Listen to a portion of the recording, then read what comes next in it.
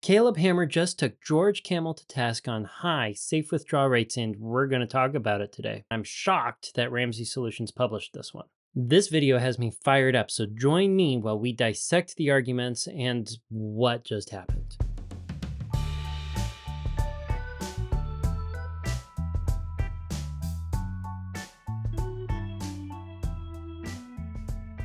Good morning and welcome to the HopeFilled Financial Podcast. My name is Jay Disberger, your one and only HopeFilled financial coach, and I had an entirely different episode planned for today. So last week we talked about HopeFilled Financial Footstep number 7, making sure you get your mortgage paid off by retirement and some of the other things you want to think about there. And this week I was planning on covering other mortgage decisions, like whether or not you need a 30-year mortgage or a 20-year mortgage or Dave Ramsey's 15-year mortgage. How do you decide?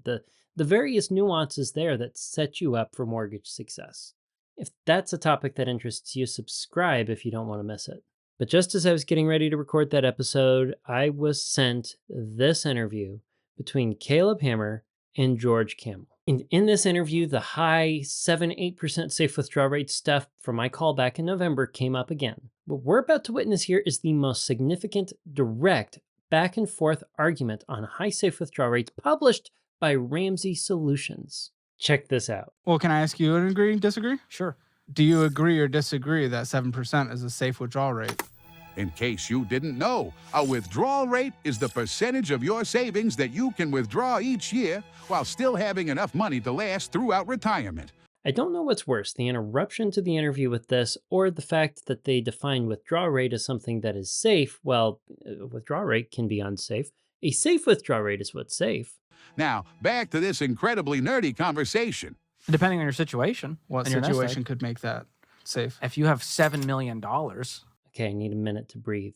It does not follow that a higher nest egg in your investments will yield a better outcome for you if you follow a safe withdrawal rate rule. It does not matter if you're applying a constant dollar method with a fixed safe withdrawal rate to $10 or $10 million. The survival statistics that come out are going to be the same because the withdrawal scales with the nest egg. It's a percentage that's based off of your initial nest egg value. Should we run that simulation? go for it. Okay. This is fun. I'm being such a naughty little boy right now. Anyone who's been following the drama knows what Caleb's up to right here. How long will I have in retirement? How long before I die? Well, actually, how long do you? Well, let's say, the average person retires at 65. 65. Median. And they make it, let's give them 95. Let's be really generous. Okay. Is that fair? Sure. Okay, this is an argument for a conservative 30-year plan for retirement when you're running survival statistics, trying to understand your plan with the end in mind. And this is as good a time as any to say that George Kamel's Fire video talked about 30-year retirement periods, which I extended to applying to traditional retirement.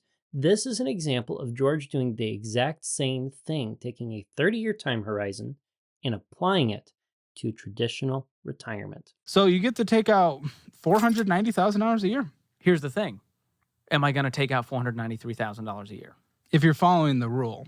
All right, this is where they start talking past each other a little bit. I'm going to come back in after they get going and explain some of the purpose behind why we might be using a constant dollar method, back of napkin math, well before retirement, because the purpose behind doing safe withdrawal rate calculations is really going to come to play in this debate. On an actual expense level, my expenses are not going to be $490,000 a year of what I need to live. Sure. Even have a very comfortable life. No one would be like, I need $500,000. But we're saying that people can. And we're saying that people run can, it. right? Let's say my expenses, I'm going hog wild. I'm traveling extensively. Failure rate of 51.8%. Failure rate of 51.8% after getting George to say, let's assume that we're consuming the whole nearly $500,000 from this withdrawal rate on a very large nest egg. And again, the actual amount that's coming out of the distribution in this particular hypothetical does not matter. What George has done is he's tried to shift the focus away from the actual percentage by starting with a very large nest egg that yields a very large income. An income that would allow you flexibility, but that's not the problem we're trying to solve here. Based on entering every year within the stock market history of the United States. A failure rate of 50% for someone and a organization that isn't willing to accept a 2% interest rate on a 30-year fixed rate mortgage because that's considered too much risk, I don't think a 50% risk is considered acceptable. Boom. Right there, in my opinion, was Caleb Hammer's best line in this entire video. Ramsey Solutions has a reputation for being risk adverse.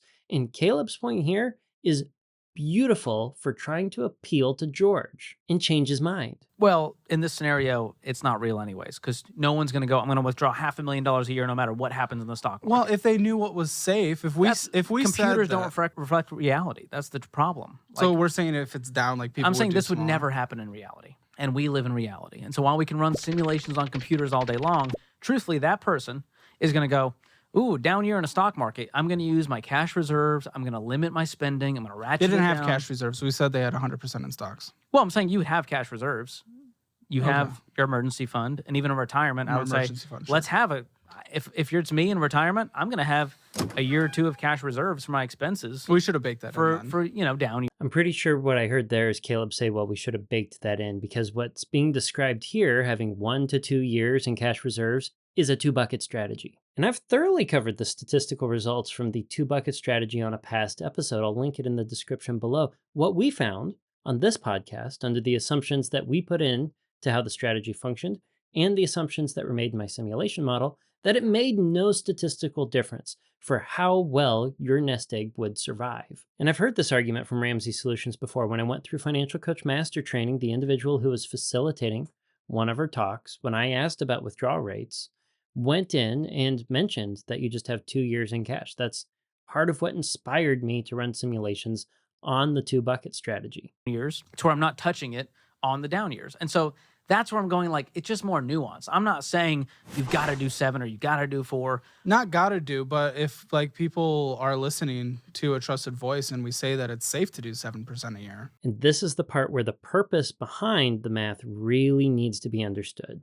George's argument is that a reasonable person will exercise flexibility if the markets are in trouble. That in down years, you're going to be cutting back on your expenses, you're going to be relying more on cash reserves, and you're not going to be pulling money out of the market during a dip. Again, the mentality behind implementing a 2-bucket strategy, which was not mentioned at all when I called Dave Ramsey to talk about my retirement planning. And we've covered a dozen or so calls on this podcast where Dave has answered a call on safe withdrawal rates and decided anything between 8 and 10% as being safe without bracketing it around a 2-bucket strategy. Not that, in my opinion, it would make any difference. So let's talk about someone who has a large nest egg. How might they be using a constant dollar, quote unquote, 4% rule mathematical process? Well, they're probably going to be looking at what kind of risk they can take on if they're running these numbers and give themselves a maximum withdrawal rate, knowing that if they do not exceed this maximum withdrawal rate, they're not going to be exceeding their risk tolerance for the odds of running out of money in their retirement. Personally, for me, if I were to be looking at these numbers and say, I know at worst I'm going to have a 51% chance of running out of money, I'm not engaging with that plan. I'm not engaging with that withdrawal rate. I want to have a lower ceiling where I can have more confidence that I'm not going to fail. I only get one shot at this retirement deal. I don't get a do-over. Now let's pivot to the way that I personally interpret the use of the 4% rule, the constant dollar method mathematics, and the way that I believe Caleb is approaching this too. I look at the mathematics behind these projections and these simulations as a means for me to answer the question, how much money do I need to retire? Dave, George, Caleb, and I would probably all agree that it's important when you have a goal to have a genuine target picked out. Because if you aim at nothing, you're going to hit that every time. If we want our retirement goals to become reality, they have to be finite. They have to be measurable. We have to know, how much money do I need to retire so that I can hit that number? Retirement's not about hitting an age when it's like, I guess I retire now. Well, what if your wallet's not ready? You need to make sure that you know your number so that you can engage with your retirement dream. Now, let's assume we're trying to establish that number. It's probably on the low end. Anything above that number, we know that we can have a more lavish retirement than what we're planning on, but we need to understand what our bare bone minimum needs require out of a nest egg. So we're going to be running the math on, say, a constant dollar method for something that just covers our needs. I've covered this before as well in another episode. How do you figure out how much money you need to retire? Caleb and I are looking at this constant dollar mathematics and withdrawal rate rules as a means of trying to figure out what we need to retire. If you think that you need $40,000 in annual income in retirement in today's money, and you were following the 4% rule, you're going to find that you need $1 million. That's your number to quote unquote be able to retire and maintain a $40,000 income. Now, I'm not giving you the stats on the survivability for a 4% rule, and we're not talking about time horizons. We're just selecting that. And we're selecting that because someone told us that 4% is safe. That's the rule, right? That's a rule of thumb for doing an estimate to get a good ballpark of what you need to retire with. Now, let's say that someone calls the 4% rule stupid, Dave. I think the 4% rule is absolute bullcrap. And that as a result of calling it stupid, you provide a new number, be it 8%, 7%, or 10%, and you say that's safe. Well, if it's 8%, so they take that as gospel from a trusted voice. Then they start planning instead of around $1 million for $40,000 in income, and they start planning around $500,000. $500,000, which by the 4% rule would only generate you 20 grand, half of the needs that were estimated, giving you a incorrect target. Okay, I'm going to breathe and we're going to jump back in. We're saying if the market did this, you can take out this. And here's what inflation. we're saying for the market, that it averages 10% a year. So up years, down years combined, averaging at 10%, that's been the argument that's been made. But it's a hypothetical, here's what you could do. And the reality is we meet people every day who they call into the show and they have $1 million or they have $1.5 million and they live great lives. They're debt free. They have low expenses and they don't need to withdraw. That's incredibly fair. I agree that's fair because the people George is talking about here do not need to take out a high withdrawal rate in order to just meet their needs. Their needs are going to be met with something more conservative they can default down to without having to sacrifice the survivability of their nest egg. But if they were to have confidence that 7, 8, or 10% was safe and they engaged with that plan, they could destroy their nest egg. But if we have listeners who are trying to engage with retirement with a much smaller nest egg because they believed this higher safe withdrawal rate was safe, that's a problem. And so that's why I'm isn't it dangerous to then say, though, that 7% is safe? I don't think we were out there saying this is what you have to do in retirement. Not have to do, but saying that it's safe. We're saying here's what you could do based on the math of if the market did 50% failure. And here was inflation. That is not reality. That's the reality if you invested in the stock market every year in the United States. I spend $500,000 a year. Right. Caleb did a good job trying to guide George to a light bulb moment here. And George straight up looks at the simulation and says, that is not reality. The simulation is establishing, based on historical data, statistical odds of survivability in the best way that we know how so that we can make informed decisions. And is trying to bracket what they've done by saying 7 or 8% is safe, which is what happened. If you want to pull out 6%, it's okay with me. I think you're going to be okay. If you want to pull out 10%, you're not going to destroy the portfolio. If you pull off 7 or 8% off your nest egg, you're safe. If you can live off of 8% and you're invested in good mutual funds, you can probably pretty much do it in perpetuation. I'm perfectly comfortable drawing 8. But if you want to be a little bit conservative, 7, but sure not 5 or 3.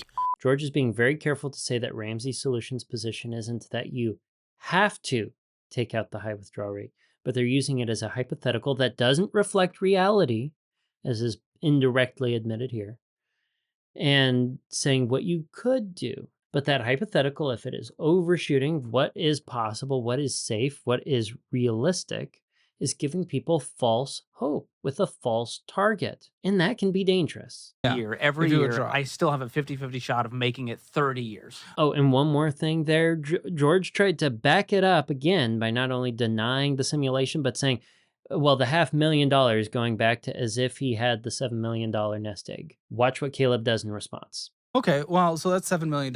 If someone it would be the same failure rate or pretty darn close if someone only had $1 million and withdrawing 7% would be $70,000 a year. Okay. So like they might need to spend $70,000 a year. Maybe. At that case, and if it's a 50% failure rate, that seems scary to suggest that that's okay. But again, it's all relative to your life, your expenses. And if you follow the plan, you have very little, you don't have a mortgage. Yeah. And so I'm not going to advocate someone up to debt in their eyeballs go, well, you should just withdraw this percentage. I'm going to go, well, follow the plan as part of the plan, withdraw what you need for your expenses, Don't have a crazy lavish lifestyle that's out of your control. If the market takes a real harsh downturn, let's try to limit our withdrawals. Let's ratchet up our budget. That's what normal people would do. But what if you planned around your bare bones needs and you didn't give yourself the flexibility here? That isn't part of the conversation when we're discussing a high withdrawal rate and considering it safe. It definitely wasn't part of the conversation when I called the Dave Ramsey Show. If you're following the plan with an effort to stick to it, you understand that a mortgage in retirement is outside of the plan. You're probably mapping out your expenses knowing that that's not going to be the case. Sane people would do that, which then changes the numbers, and we can't account for all of that in our simulations. I'll leave you alone now. I've had my cheeky moment. I think Caleb knew exactly what he was doing there in asking this question. I do think a better argument could be made to change George's mind and by extension Dave Ramsey's, because we need to consider the purpose of this constant dollar, quote unquote, 4% rule math. By Dave Ramsey's own admission, he's talking about with this 8% stuff, trying to inspire those who are saving for retirement to save for retirement, but giving them a false target, giving them one that is potentially half of what they might actually need following a traditional method. And I think George and I can both get on the same page that we want to inspire hope. We want to inspire people to save. And I personally want to make sure that they understand how much they need. People should be inspired to save enough to achieve their goals and not misled to the point where they fall short without even knowing it. Or even worse, engage with a plan that is very risky because they do not understand the statistics behind it. George, I'm pretty sure you know who I am. I'm pretty sure you're going to end up seeing this. I don't know if Dave will. But I sincerely hope that you take this sort of argument, this thinking to heart on the purpose behind the mathematics here and the big concern that the community has about toting a safe 7+% safe withdrawal rate. I know you know who I am, George, because you've called me malicious twice. And I want you to know I don't think you're malicious for going about and sharing this. I think you're having a hard time being wrong or accepting that Dave Ramsey's position on this issue is wrong, even in some context. I know that Ramsey Solutions has my personal email. I know they have my phone number. I know they know how to contact me. George, if you really think that these high safe withdrawal rates are a defensible position, I think it might be very entertaining to have me on for one of these agree to disagree things and make a solid effort to no longer talk past each other and find some common ground on this issue, to reconcile what's been going on for nearly a year now, so that all those who have been following this 8% Dave Ramsey drama can see a hope-filled resolution to it all. That's going to do it for us today. Until next week, until next Tuesday, budget bravely and enjoy your hope-filled financial future.